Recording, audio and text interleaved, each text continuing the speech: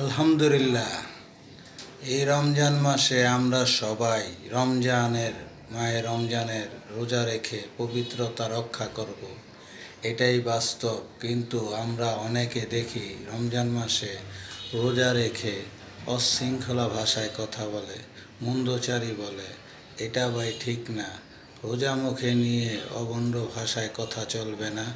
অভণ্ড ভাষায় কখনো গালাগালি চলবে না। মানুষের সাথে রাগ করা যাবে না এবং মানুষের সাথে কোনো ধরনের অভিমান করা যাবে না। এটাই হলো গুনাহ মাফ করার মাস। এই মাসেই আপনি গুনাহ মাফ করবে আল্লাহ তাআলা যদি আপনার ব্যবহার, আচরণ, রোজা এবং সম্পূর্ণ কিছু ভালো দেখে, তাইলে আল্লাহ পাক রব্বুল আলামিন আপনার জীবনের গুনাহগুলি মাফ করে দিবে। তাই বলবো, আমরা এই রোজা মুখে কারো জেনে শুনে কষ্ট দেব না। আসসালামু আলাইকুম ওয়া রাহমাতুল্লাহি ওয়া বারাকাতুহু।